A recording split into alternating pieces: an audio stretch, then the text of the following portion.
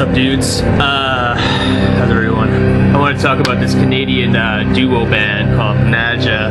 Nadja hails from Toronto, Ontario. This is their, well, it's not their first album, because these guys have a ton of albums. They had a bunch of mix CDs that came out before this, CDRs and mixtapes and singles, EPs, a whole bunch of crap after this. These guys rival pretty much any band for just output, pretty much, especially for like a drone metal shoegaze kind of album. What they got here, it's fuzzy distortion. Truth Becomes Death, 2003, Alienate Records. I said it was a duo. There's a guy and a girl in the band. The guy's name is Aiden Baker. He's friends with some dudes in ISIS and Neurosis. He's written, he's actually published books on poetry and stuff, and his lyrics are pretty poetic if you wanted to read those later. And then just some girl who just looks like some sort of librarian. Her name is Leia Buckraff, and she's on bass. I'm like, oh, that's perfect, the girl's on bass.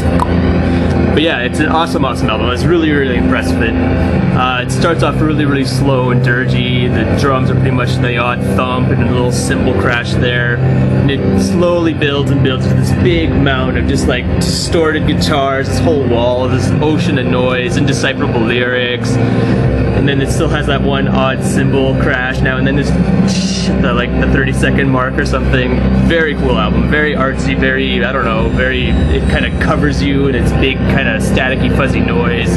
It's not unbearable, it's not overly oppressive, it's got a very slow start. It's a very well conceived album. All you get on here is pretty much just 3 tracks that they all blend together just to make one song. So I guess they just put 3 just to have different segments and chapters in the song or something like that. But I don't know, it's not overly pretentious kind of stuff, but it is overly kind of like noisy and loud and ominous.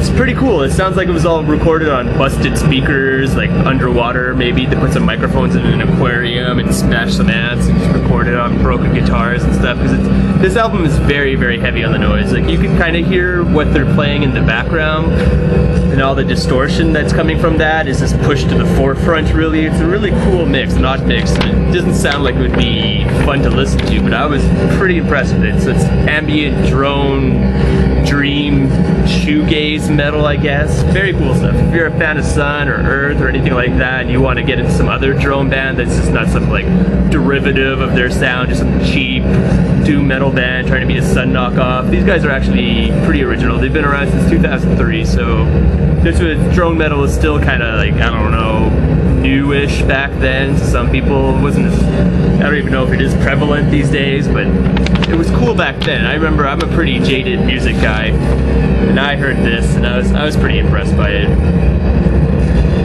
If you're jonesing from some heavy droney distortion, some nice little arty epicness, you could probably check out Nadja. I read that the name Nadja is either the name of the lead singer, Aiden, to spell backwards, put a J instead of the I. But I also read that it could be based off this guy's novel. The author's name is Andre Breton. I don't know what book he wrote, but yeah, good stuff.